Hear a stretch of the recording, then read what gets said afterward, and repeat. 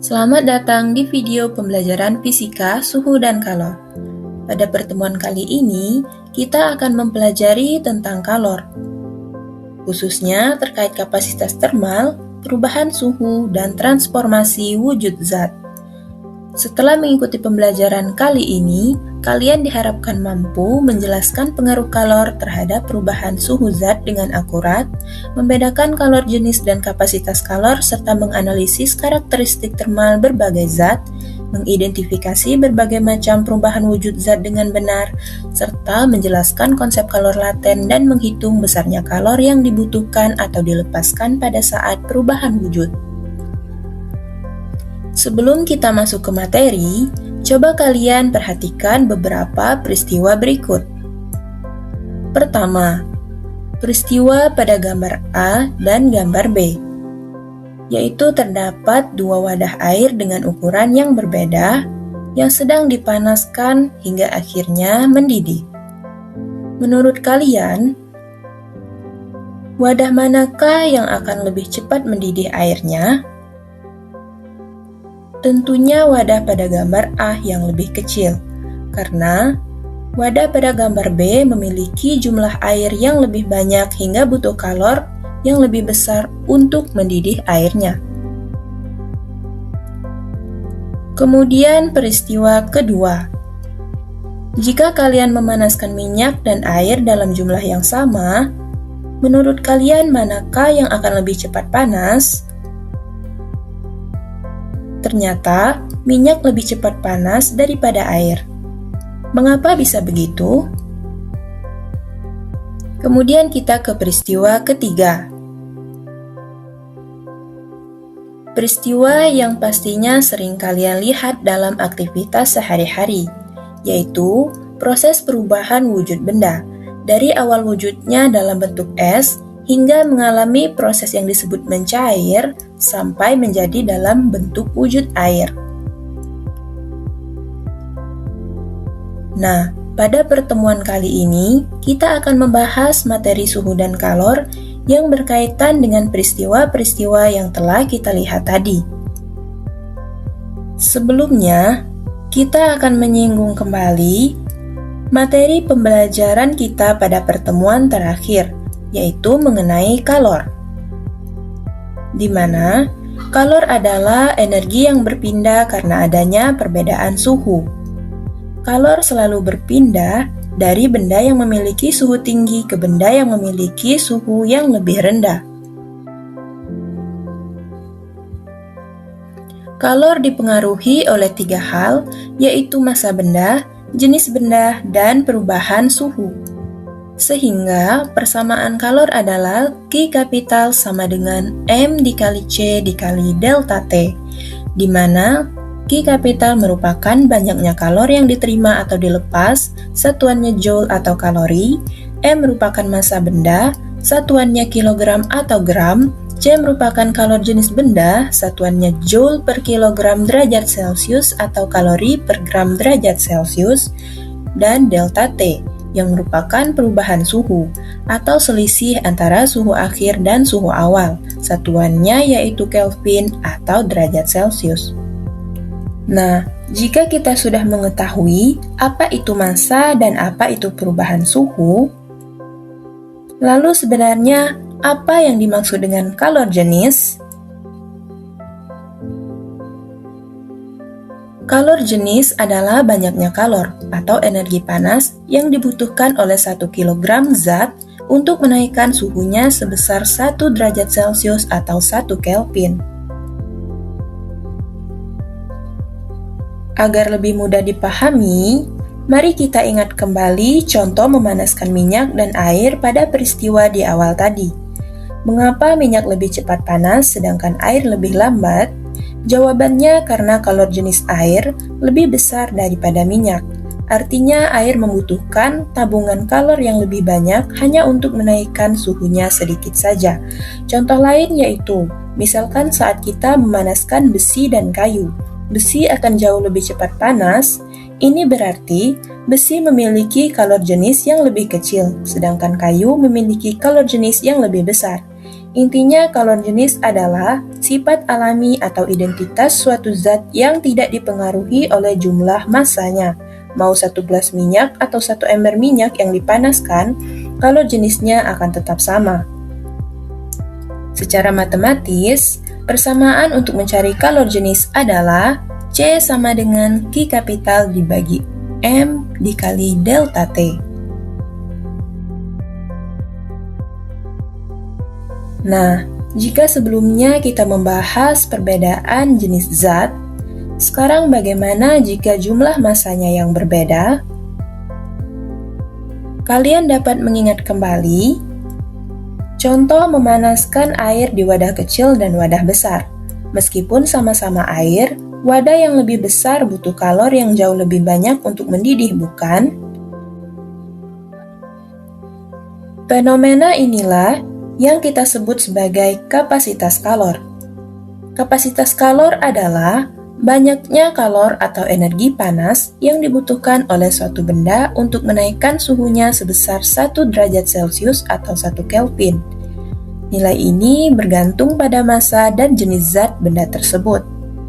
Persamaannya adalah C kapital sama dengan Q kapital dibagi delta T, di mana C kapital merupakan kapasitas kalor, satuannya joule per derajat Celcius atau kalori per derajat Celcius.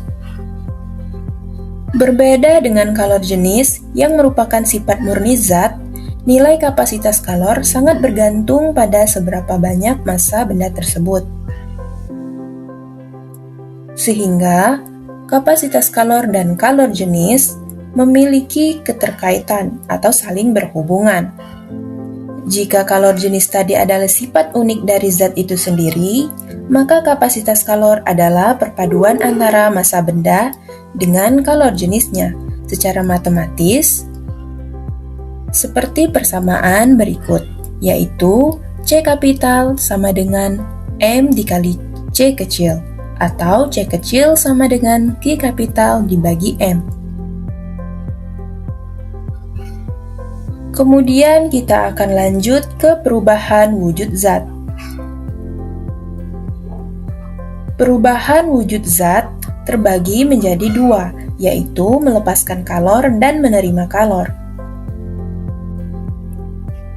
Perubahan wujud yang melepaskan kalor terbagi menjadi 3 jenis, yaitu membeku, dari wujud cair menjadi padat, mengkristal dari wujud gas menjadi padat, dan mengembun dari wujud gas menjadi cair.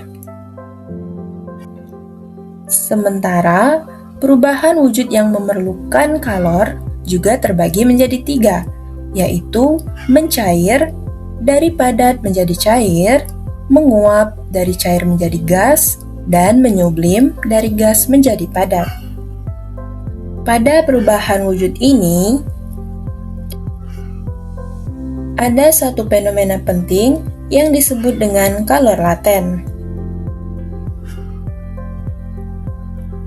Kalor laten adalah jumlah energi panas atau kalor yang diserap atau dilepaskan oleh suatu zat untuk mengubah wujudnya atau fase tanpa mengalami perubahan suhu. Artinya, pada kalor laten ini, suatu zat akan mengalami perubahan wujud saja tanpa mengalami perubahan suhu. Kalor laten terbagi menjadi 2 jenis, yaitu kalor lebur yang terjadi saat benda membeku atau mencair, kemudian kalor uap yang terjadi saat benda menguap atau mengembun. Sehingga, persamaan kalor laten adalah Q kapital sama dengan M dikali L kapital dan Q kapital sama dengan M dikali U kapital. Kedua persamaan ini digunakan untuk kalor lebur dan kalor uap, di mana Q kapital merupakan banyaknya kalor yang diterima atau dilepas, satuannya joule atau kalori, M merupakan massa benda, satuannya kilogram atau gram, L kapital merupakan kalor lebur, satuannya joule per kilogram atau kalori per gram, dan U kapital merupakan kalor uap, satuannya joule per kilogram atau kalori per gram.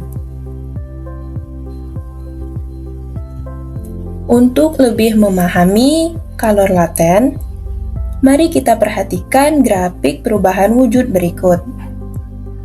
Pada grafik ini, terdapat dua sumbu utama, yaitu pada garis vertikal yang menunjukkan suhu benda dan garis horizontal yang menunjukkan jumlah kalor yang dibutuhkan. Sekarang kita perhatikan titik di bawah 0 derajat. Pada fase ini, benda masih berwujud es. Di sana kemudian terdapat garis yang miring ke atas menuju 0 derajat Celcius. Di bagian ini, es sedang mengalami perubahan suhu, sehingga berlaku persamaan kalor yang sudah kita pelajari sebelumnya, yaitu M dikali C dikali delta T.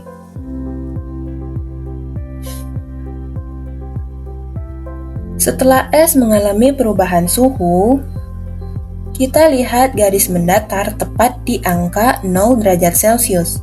Di sini es tidak mengalami perubahan suhu sama sekali, namun sedang berproses melebur menjadi air. Karena suhunya tetap namun wujudnya berubah, maka disinilah berlaku persamaan kalor laten, yaitu Q sama dengan M dikali L kapital. Begitu juga dengan perubahan wujud selanjutnya. Setelah seluruh es melebur menjadi air, garis grafik akan kembali miring ke atas. Di sini, kalor kembali digunakan untuk menaikkan suhu air dari 0 derajat Celcius menuju 100 derajat Celcius, sehingga kita kembali menggunakan rumus kalor, yaitu Q sama dengan M dikali C dikali delta T. Begitu suhu menyentuh 100 derajat Celcius, kalian akan melihat garis mendatar kembali, sama seperti sebelumnya. Di titik ini, suhu air tidak akan naik meskipun terus dipanaskan. Energi kalor sedang fokus digunakan untuk menguapkan air menjadi gas. Disinilah kita menggunakan jenis kalor laten yang kedua, yaitu kalor uap, yang persamaannya Q kapital sama dengan M dikali U kapital.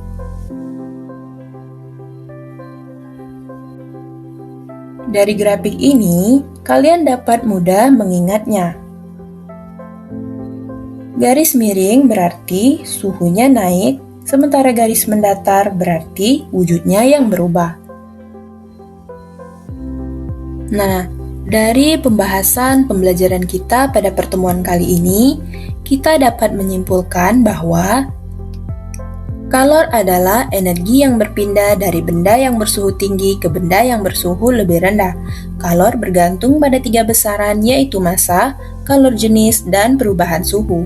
Sehingga persamaan kalor adalah Q kapital sama dengan M dikali C dikali delta T. Kemudian kalor jenis merupakan banyaknya kalor yang dibutuhkan 1 kg zat untuk naik suhunya 1 derajat Celcius atau 1 Kelvin, serta merupakan sifat yang dimiliki oleh setiap zat, yang menyebabkan mudahnya suatu zat untuk mengalami kenaikan suhu. Persamaannya yaitu C sama dengan Q kapital dibagi M dikali delta T. Selanjutnya ada kapasitas kalor, merupakan banyaknya kalor yang dibutuhkan untuk menaikkan suhu seluruh benda sebesar 1 derajat Celcius atau 1 Kelvin. Memiliki hubungan dengan kalor jenis karena merupakan besaran yang bergantung pada massa dan kalor jenis. Satuan kapasitas kalor yaitu C kapital sama dengan M dikali C kecil, sementara hubungannya dengan kalor jenis yaitu C kecil sama dengan Q kapital dibagi massa.